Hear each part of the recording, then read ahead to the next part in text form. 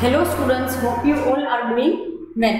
See, previously છે ને તમારું યુનિટ 3 નું ચેપ્ટર 2 એટલે કે થિયરીઝ ઓફ એન્ટરપ્રિન્યોરશિપ અંદર આપણે ડિસ્કસ કરતા હતા ઇકોનોમિક થિયરીઝ.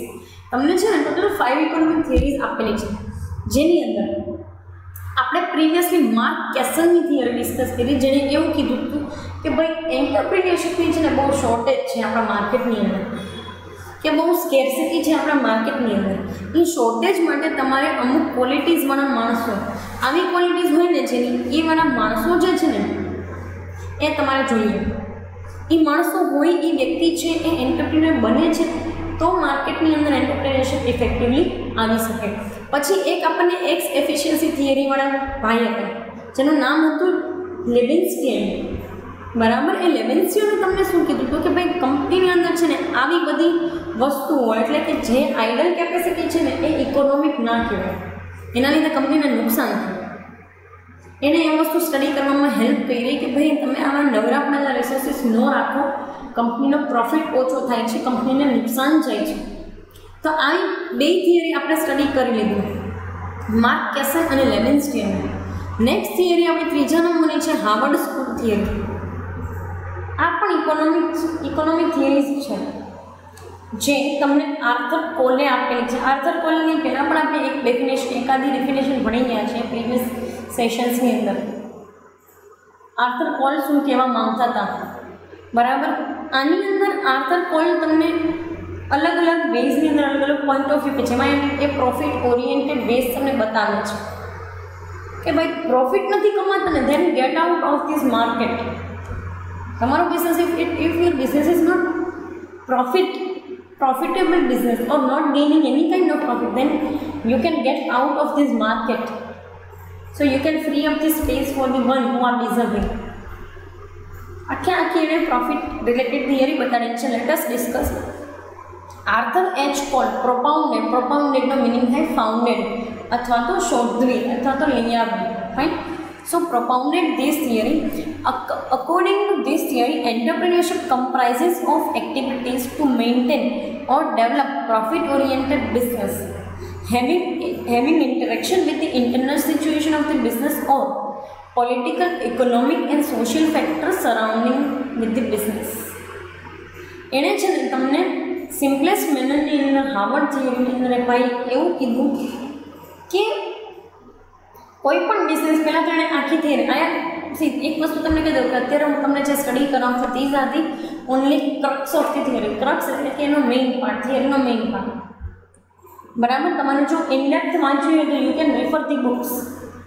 તમારે ઇનડેપ્થ આની થિયરી વાંચવી છે આર્થર કોલની, એ પણ હાર્વર્ડ સ્કૂલ થિયરીના કન્સેપ્ટમાં, તો તમે વાંચી શકો છો in context to the economic theories. Fine. પણ આ હું તમને ક્રક્સ બતાડું છું. પહેલાં તો એણે એવું કહી દીધું કે જે બિઝનેસ પ્રોફિટ નથી કરતો ને એ વ્યક્તિ એન્ટરપ્રિન્યોર કહેવાય નહીં, એને હું એન્ટરપ્રિન્યોરની અંદર કન્સિડર કરતો નથી. તો કે કેવી હોવી જોઈએ એન્ટરપ્રિન્યોરશિપની થિયરી, તો કે ભાઈ જે વ્યક્તિ કે જે લોકો એવો બિઝનેસ એક્ટિવિટીને કમ્પ્રાઇઝ કરતા હોય અને મેન્ટેન કરે છે અથવા તો એવું પ્રોફિટ ઓરિએન્ટેડ ઓર્ગેનાઇઝેશન બનાવે છે કે જે ઇન્ટરનલ એટલે કે મારા એમ્પ્લોઈઝ, મારી માર્કેટિંગ એક્ટિવિટી, મારા ડિસિઝન મેકિંગ, મારા મેનેજરિયલ ડિસિશન્સ અથવા તો મારું જે કાંઈ પણ માની લો કે વસ્તુઓ છે, બરાબર, એ વસ્તુ ઉપર હું ડિસિઝન મેકિંગ આપું છું ને એને મેનેજ કરું છું. તો એ વસ્તુ અધર દેન દેટ સોસાયટલ ફેક્ટર્સ કે કઈ સોસાયટી છે એમાં હું ઓપન ના થઈ શકું, એન્વાયરમેન્ટલ ફેક્ટર્સ, એન્વાયરમેન્ટને નુકસાન ના પહોંચાડી શકું, કે પછી મારે રો મટીરિયલ ક્યાંથી લાવવું ને એ લોકો મારા માટે બેરિયર બને છે કે મારા માટે હર્ડલ બને છે, એ વસ્તુ અને પોલિટિક્સ કે ભાઈ સ્કીમ અથવા તો સબસિડીઝની અંદર ચેન્જ થાય, ટેક્સીસની અંદર ચેન્જ થાય, ક્યારેક ડિમોનિટાઇઝેશન જેવી વસ્તુઓ આવી છે. તો આવી બધી વસ્તુઓની રિલેટેડ એ જે કાંઈ પણ સિચ્યુએશન ફેસ કરે છે ઇન્ટરનલી પણ અને એક્સટર્નલી પણ, બરાબર, ઇન્ટરનલી અને એક્સટર્નલી બોધી બેઝની અંદર, તો એ કેસમાં પર્ટિક્યુલરલી બિઝનેસ લોકો જે છે ને એ એન્ટરપ્રિન્યોર ત્યારે જ ગણે કે જ્યારે આ એક્ટિવિટીઝને ઇફેક્ટિવલી મેનેજ કરતા. શું લાગે છે તમને, બિઝનેસ કરો is an easy task? No, not at all it is easy. કાંઈ પણ ઇઝી નથી બિઝનેસ ટાસ્કની અંદર. તમારે કેટલી બધી વસ્તુ તમારા એમ્પ્લોઈઝથી માંડીને તમારે એક્સપોર્ટ ઇમ્પોર્ટ સુધી એટલે કે બહારના કન્ટ્રીઝના સ્ટાન્ડર્ડાઇઝેશન સુધી બધી વસ્તુ કરવી પડે. then you will be able to particularly do these things. fine. સો એ વેની અંદર તમને કહે છે ઇટ ઇઝ નેક્સ્ટ એને કીધું કે એવી એક્ટિવિટી કોને કહેવાય, તો કે it is related to the organisation of the business and apart from this it provides attention on organizational aspect of the business. Business સાથે જોડાયેલી વસ્તુ અને બિઝનેસમાં જોડાયેલી વસ્તુ આવી તમામ એક્ટિવિટીનું મેનેજમેન્ટ કરે ને એ વ્યક્તિને અથવા તો એ ઓર્ગેનાઇઝેશનને એન્ટરપ્રિન્યોરશિપ ઓર્ગેનાઇઝેશન કહેવાય. એટલે કે હું મારા એમ્પ્લોઈઝને સાચવું કે મેનેજર લોકોને સાચવું ને એનું ડિસિઝન મેકિંગની અંદર એને ઇન્વોલ્વ કરું, એ લોકોને સારી રીતે સારા બેઝથી છે એમ ઇન્ટરેક્ટ કરાવો મારી સાથે, મારા બિઝનેસને એને સમજાવું કે મારો ગોલ સમજાવું, વિઝન આપો કે આવી રીતે આપણે કંપનીને લઈ જવાની છે આગળ. What is this all things? તો કે ઓર્ગેનાઇઝેશનલ આસ્પેક્ટ છે આ બિઝનેસનો. બિઝનેસીસના આવા ઓર્ગેનાઇઝેશનલ આસ્પેક્ટ જે હોય ને એના ઉપર દરેક બિઝનેસમેને કામ કરવું પડે. પછી તમે એન્ટરપ્રિન્યોર જુઓ કે અત્યારે તમારું બિઝનેસ જાયન્ટ બની ગયું છે મોટા. Fine. You are doing activities in group or individually. તમારો બિઝનેસ પ્રોપ્રાઇટરશીપ છે, પ્રાઇવેટ સ્ટેક હોલ્ડરવાળો છે કે પબ્લિક સ્ટેક હોલ્ડરવાળો છે. All this things are affecting to you. આ દરેક વસ્તુ કે જે આ ભાઈ હાર્વર્ડ થિયરીની અંદર કહે છે ને એ દરેક તમને અફેક્ટ કરશે કે ઇકોનોમિક વસ્તુ, પોલિટિકલ, સોશિયલ ફેક્ટર્સ, અને એના સાથે સાથે તમારે અટેન્શન આપવાનું છે ઓર્ગેનાઇઝેશન સાથે જોડાયેલા અને ઓર્ગેનાઇઝેશન પોતે કોની સાથે જોડાયેલું છે. બિઝનેસીસની અંદર છે ને બે લોકો હોય કે જે બિઝનેસ સાથે જોડાયેલા છે. એક શેર હોલ્ડર, બીજા હોય સ્ટેક હોલ્ડર. એક વસ્તુ તમને કહી દઉં, શેર હોલ્ડર અને સ્ટેક હોલ્ડરમાં ફેર છે.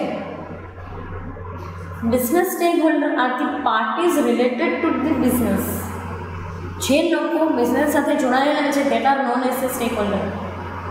એમાં કન્ઝ્યુમરે આવી જાય, એમ્પ્લોઈઝ આવી જાય, ગવર્મેન્ટ આવી જાય, અધર ઓર્ગેનાઇઝેશન્સ આવી જાય, તમારી લેન્ડિંગ ફેસિલિટી તમને આપતી બેન્કિંગવાળી વસ્તુ આવી જાય.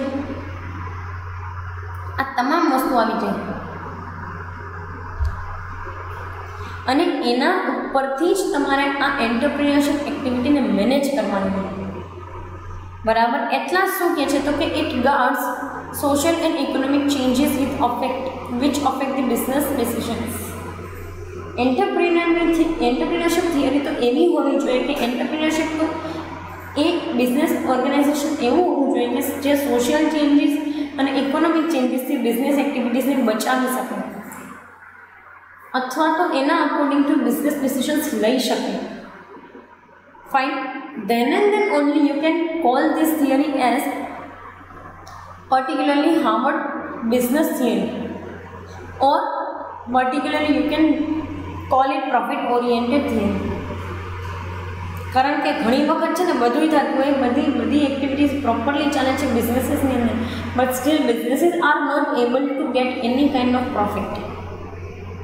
કારણ કે એની પાછળનું રીઝન એ પણ હોય છે કે તમે સોશિયલી નથી કનેક્ટેડ, માર્કેટિંગ નથી તમારી જે કંઈ પણ પ્રોડક્ટ છે એનું પ્રોપર માર્કેટિંગ નથી પ્રોપર પ્રોડક્ટનું. એટલે તમે કોઈ પણ વસ્તુ જે છે એને માની લો કે તમે ઇફેક્ટિવલી ચલાવી જ ના શકો, લોકો સુધી રિચનેસ નથી, તો કેમ લોકો તમારી પ્રોડક્ટને ઓળખતા થશે? So this all things affect in a certain manner to the business.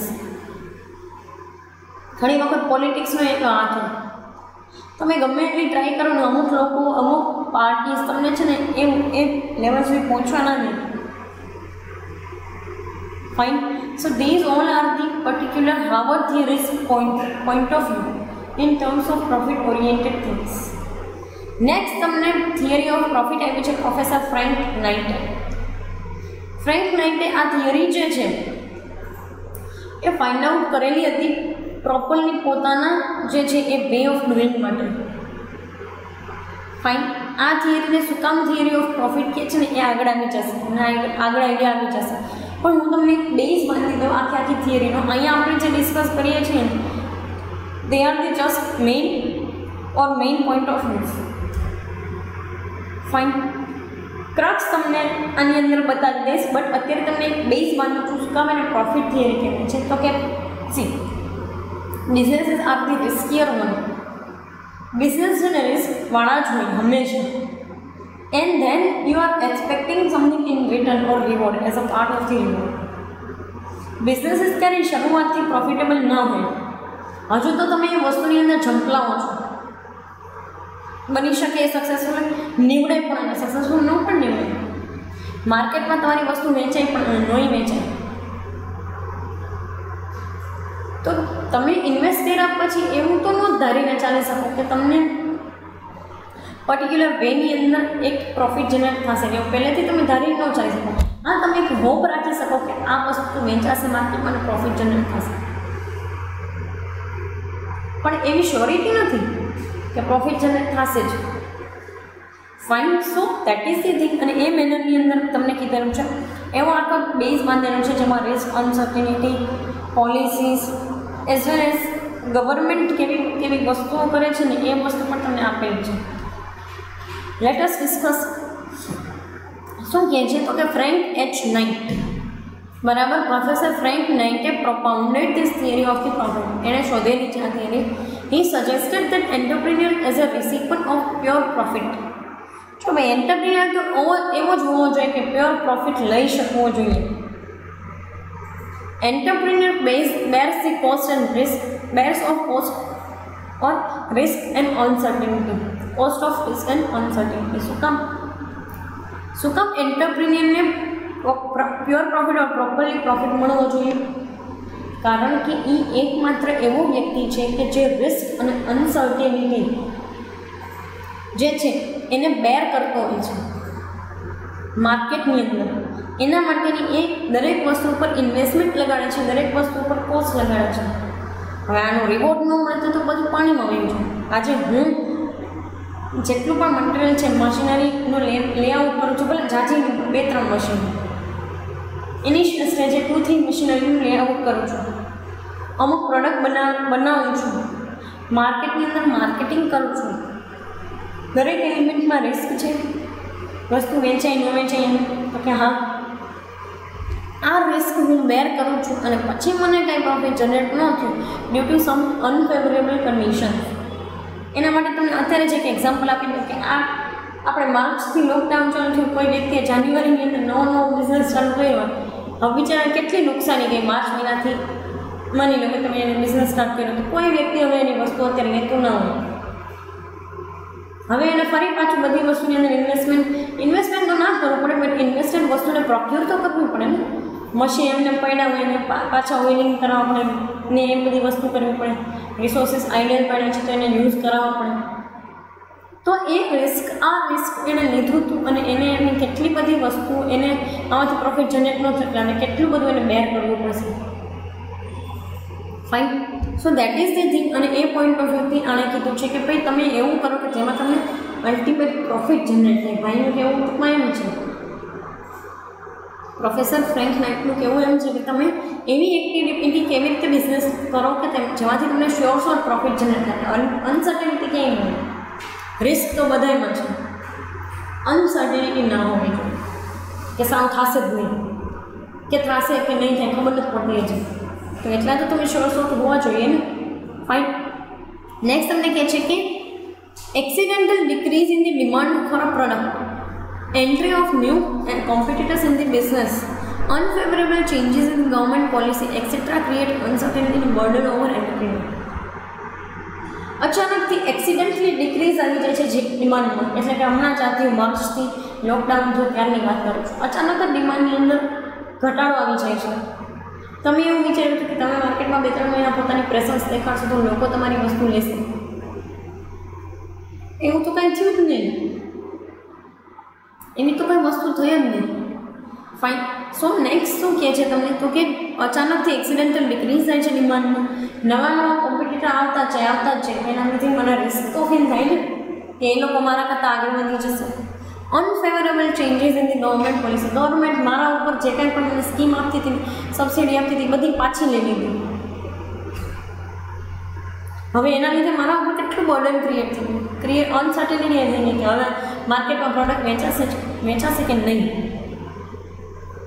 Burden આવી ગયું એક લેવલનું કે હવે હું શું કરીશ, કેવી રીતે મારી માર્કેટ પ્રેઝન્સ બતાવીશ.